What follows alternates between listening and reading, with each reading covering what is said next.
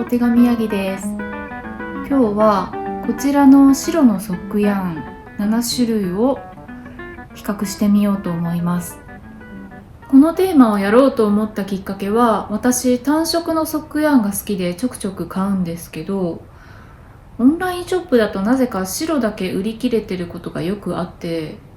なので白のソックヤーンが買えるショップないかなって時折毛糸屋さんのオンラインショップを巡回してるんですけど、それでいろいろ巡った結果、アサミーズヤンショップさんっていうお店にたどり着きまして、こちらのショップがソックヤーンに特化しているお店で、すごいたくさんの種類のソックヤーンの取り扱いがあってですね、そういうわけでアサミーズヤンショップさんで無事白のソックヤーンをゲットできたんですけど、せっかくなんでいろんなメーカーの白のソックヤーンを買ってみたんですよ。何か違いがあるのかなと思って。なので今回はその7種類購入した白のソックヤーンの実物を並べてみて、どんな違いがあるのかご紹介してみたいと思います。ちなみにこの動画を撮るにあたってお店の紹介も少ししたいなと思ったので、アサミーズヤーンショップさんに連絡したんですよ。それで快く了承していただいたんですけど、いざ動画を作ろうとしたらいろいろ悩んじゃって、結果結構な時間放置してしまってたんですね。多分これ購入してから1年くらい経っちゃったかも。なので連絡してから相当時間が経っちゃってるんですけど、せっかく OK してくださってたし、もしかしたら覚えててまだかなって思ってくださってるかもしれないので、なんとかまとめてみました。幸いこれらのソックヤーンのラインナップはほとんどが現在もアサミーズヤンショップさんで購入可能なので、もしこれを見て気になったのがあったらぜひ購入を検討してみてください。それでは始めましょう。まずはアサミーズヤンショップさんについてですが、アサミーズヤンショップさんはテアミートの中でもソックヤーンに特化したオンラインショップになっています。すごくたくさん種類があって、お値段も良心的なので、ソックニッターさんの間では結構知られているショップなのかもしれないです。私はこの7玉と他に2玉別のも購入して、全部で9玉の毛糸を一度の買い物で購入したんですけど、アサミーズヤンショップさんでは3玉までを一緒のパッケージで送っていただけます。圧縮パックで送料を抑えたクリックポストっていう形式で送られてくるので、私の場合は3玉ずつの3袋で届きました。ちなみにショップサイトの方で確認したところ、一度のお買い物でクリックポスト9通分が上限になっています。それ以上一度に購入したいっていう場合は注文を分けるか、事前に連絡が必要になるそうなのでご注意ください。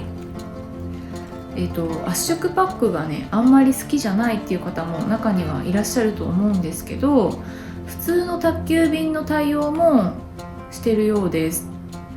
詳しくはアサミーズヤンショップさんのサイトでお買い物ガイドを見て確認していただければと思うんですけど、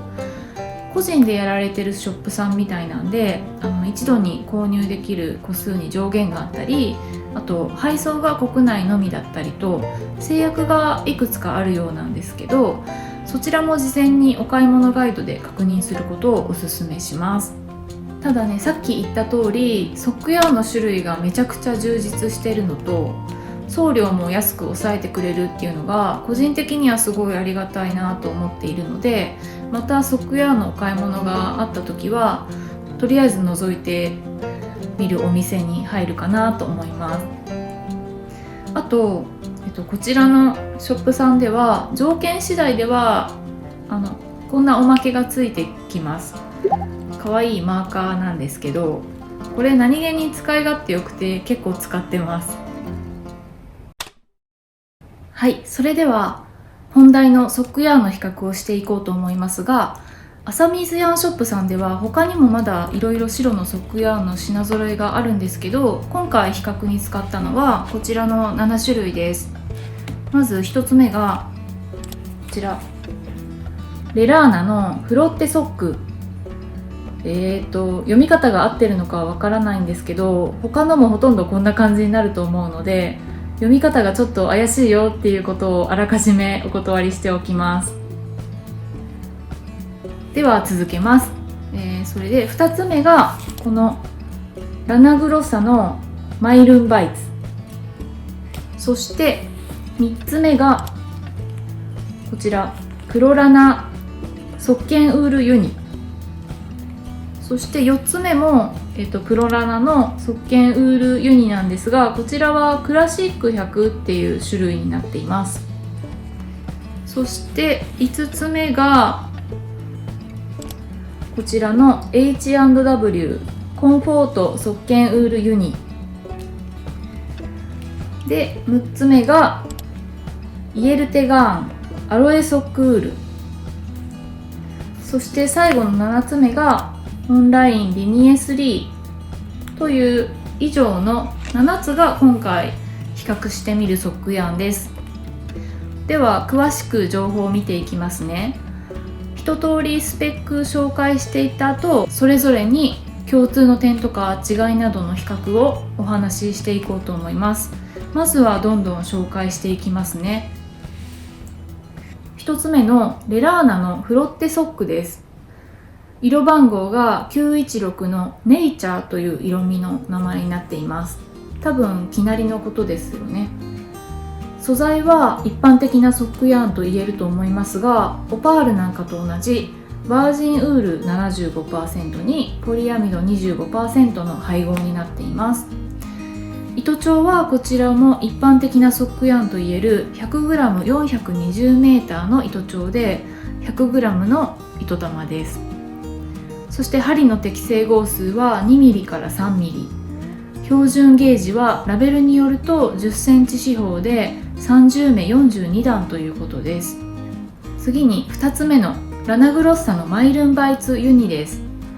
色番号が1113のローホワイトということで、こちらも生成りですね。素材はバージンウール 80%、ポリアミド 20% の配合になっています。糸長はこちらも 100g420m の1玉 100g の糸玉になっています。針の適正号数は 2.5mm から 3mm、 標準ゲージは28目40段となっています。次に3つ目のプロラナの側腱ウールユニです。色番号が401、色味の名前はないみたいですが、生成りの白だと思います。素材はバージンウール 75% とポリアミド 25% の配合で、糸長は 100g420m の 100g の糸玉になっています。針の適正号数は 2.5mm から 3mm で、標準ゲージは30目42段となっています。そして4つ目のプロラナ側腱ウールユニ、こちら3つ目と同じ名前ですが、クラシック100というふうに区別されている種類で、こちらの色番号が4001番で、こちらも色味の名前はありませんが、これは生成りより少し白い感じがします。で、素材、糸長、適正針、標準ゲージは3つ目のプロラナの、ただの側腱ウールユニと全く同じです。そして5つ目の H&W コンフォート側腱ウールユニです。色番号が191番、こちらも色味の名前はありませんが、生成りの白だと思います。そして素材はこれもまたバージンウール 75%、ポリアミド 25% の配合で、糸長も 100g420m の 100g の糸玉になっています。針の適正号数は 2.5mm から 3.5mm で、標準ゲージは30目41段になっています。そして6つ目、イエルテガーンのアロエソックウールです。色番号は100で、こちらの色味も名前はありませんが、生成りの白だと思います。素材はウール 75% とポリアミド 25% の配合で、糸長が 100g420m、 針の適正号数は 2.5mm から 3mm、 標準ゲージは 10cm が30目となっていて、段数のゲージは記載がありません。そして最後の7つ目がオンラインのリニエ3スーパーソック100です。色番号は0023で、こちらも色味の名前はありませんが、メーカーのウェブサイトでプロダクト情報を確認してみると、もう1種類これより白い色があるので、こちらも生成りの白だと思います。素材はバージンウール 75% とポリアミド 25% の配合で、糸長が 100g420m、 針の適正号数は 2.5mm から 3mm、 標準ゲージは30目42段となっています。ちなみにこちらだけアサミーズヤーンショップさんでの取り扱いが現在なくなってしまっていて、それに代わる近いものでオンラインのスペシアルメランジという商品が新たにラインナップに加わっていましたが、そちらは白がないようです。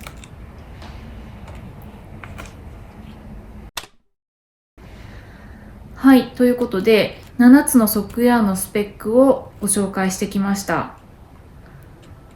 ここまでですでに気がついた方もいらっしゃったかなと思うんですが、オープニングでね、撮り始めたらいろいろ悩んじゃったって言ったと思うんですが、その理由が比較してみたところ、スペックにほとんど違いが見られなかったからなんですよ。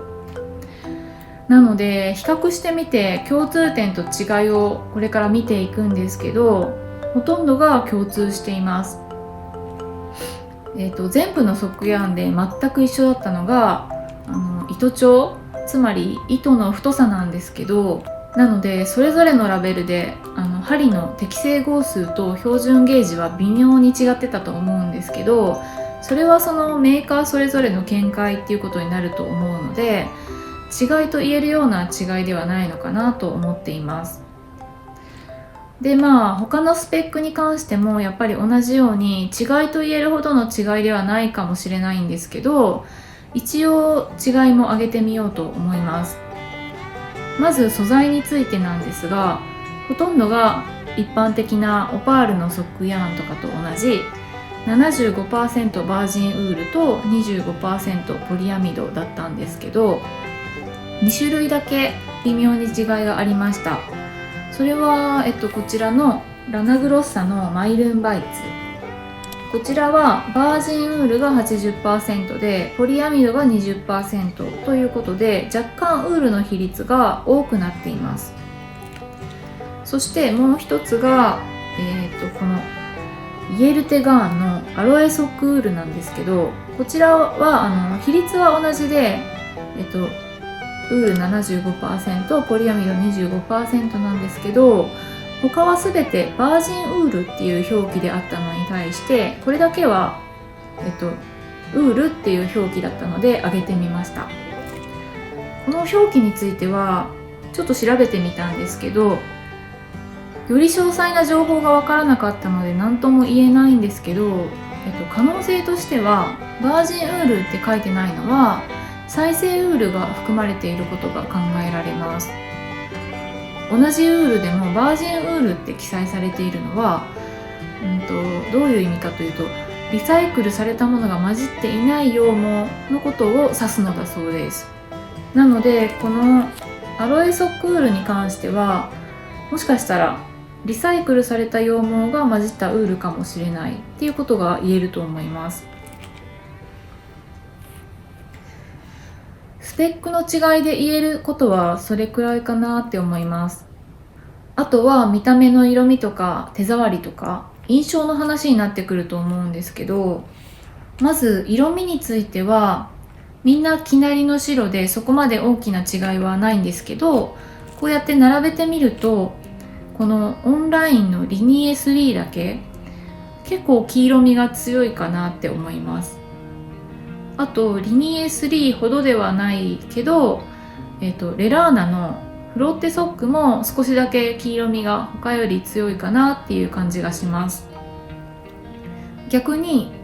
このプロラナのクラシック100の方は、こちらは他より少しだけ白さが際立っているように見えます。で、次は手触りの違いについてなんですけど、もし手触りに違いが出るとしたら、それは素材の違いによるものが大きいかなって思うんですけど、そうなるとさっき素材に違いがあるとして紹介したこのラナグロッサのマイルンバイツとイエルテガーンのアロエソクール、こちらが気になるところではあると思います。まずね、ラナグロッサの方は正直なところ手触りの違いはほとんど感じないですね。っていうか、この糸玉の状態だとそれぞれの巻きの強さが微妙に違ってるので、それが手触りにちょっと影響するんで、比較するのがちょっと難しくはあるんですけど、でもう一つのアロエソクールの方ですけど、これは本当に若干なんですけど、他より少しつるっとした感じがする気がします。でもさっき言ったように、やっぱりこれは巻きが強めなのでそんな気がするだけかもしれないんですけどね。ただこの毛糸の名前にあるアロエで、ラベルの絵もアロエベラの絵が描いてあるのが気になって、そこを詳しくちょっと調べてみたんですけど、そしたら糸の手触りを良くするためにアロエベラで何かしらの処理を施してるっていうことがメーカーのプロダクト情報のページに書いてありました。なのでそれによるものなのかなって思いました。あと比較したい要素としては、価格が気になる方が多いかなって思うんですけど、これはショップによったり、あと物価の変動によっても変わってくるので何とも言えないんですけど、一応目安としてアサミーズヤンショップさんのつけている販売価格で比較してみると、具体的な価格はここではあえて言わないことにするんですけど、それとあとオンラインのリニエ3は取り扱いがないので、こちらは省いて、それで安い順に言っていくと、最安がプロラナのソクールユニ、次から順番に安い順にプロラナのソクールユニクラシック100、コンフォートソッケンウールユニ、レラーナのフロッテソック、ラナグロッサのマイルンバイツ、イエルテガーンのアロエソクールという並びでした。これが2023年8月20日現在の、安い順です。はい、ということで、この目の前にある白いソックウェアの現物を比較して言えることがこのくらいかなっていう感じだったんですけど、これだとちょっと情報が少ないかなって思ったので、もし私が購入するとしたらで想像した時に検討材料にするかなっていうその他の要素をさらに比較してみようと思います。で、その他の検討材料としては、靴下を編むとしたら履き口とつま先だけ色を変えたりすると思うので、色のラインナップで比較してみようかなと思います。まず単純に色数が多い順に並べてみると、一番色数が多かったのがオンラインリニエ3で39色、2番目がベラーナフロッテソックで36色、3番目がラナグロッサのマイルンバイツユニで25色、4番目がプロラナのソクールユニで21色、5番目がアロエソクールの16色、6番目がコンフォートソッケンウールで8色、そして最後一番色数が少なかったのがプロラナソッケンウールユニクラシック100で6色の展開でした。ちなみにこのデータはアサミーズヤンショップさんで購入できるかどうかは考えずに、純粋にメーカーのプロダクト情報に載っている、これも2023年8月20日現在の色数で比較しました。色数の多さで言うとこんな感じなんですけど、色展開の特徴をお話ししますと、この一番色数の多かったリニエ3は結構パキッとした鮮やかめのソリッドな色が多くて、クレヨンみたいないろんな色を揃えましたっていう感じの色展開になっています。そして2番目に色数が多かったこのレラーナのフロッテソックと、4番目に色数の多かったフロラナのソックウールユニは似た印象を受けたんですけど、この2つは鮮やかな色合いのソリッドカラーと、あとグレー木みたいなちょっと落ち着いた色味が半々くらいっていう感じがしました。そして3番目に色数が多かったこのラナグロッサのマイルンバイツは、こちらは鮮やかな色よりもどっちかというと合わせやすそうなニュアンスカラーが多めかなっていう印象でした。で、5番目に色数が多かったこのアロエソックウールも、このラナグロッサの印象と近い落ち着いた色味の展開のように感じました。そして、色数がちょっと少なめだったこのコンフォートに関しては、サイドはほとんど展開がなくて、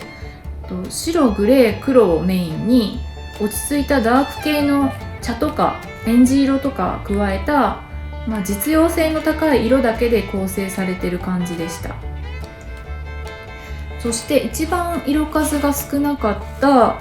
このプロラナの側剣ウールユニのクラシック100の方は、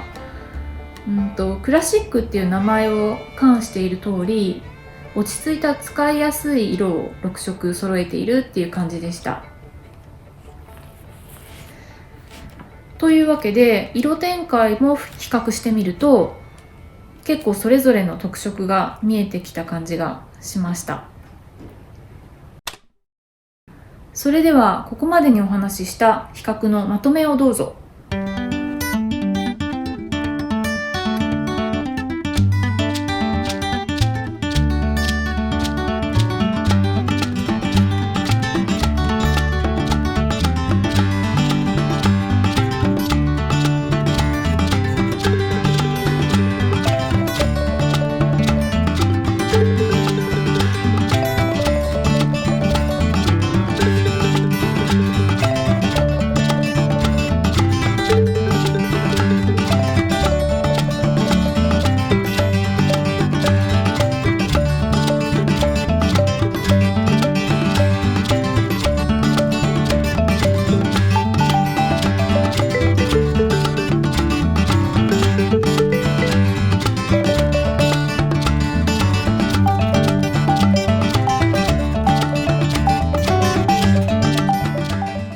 はい、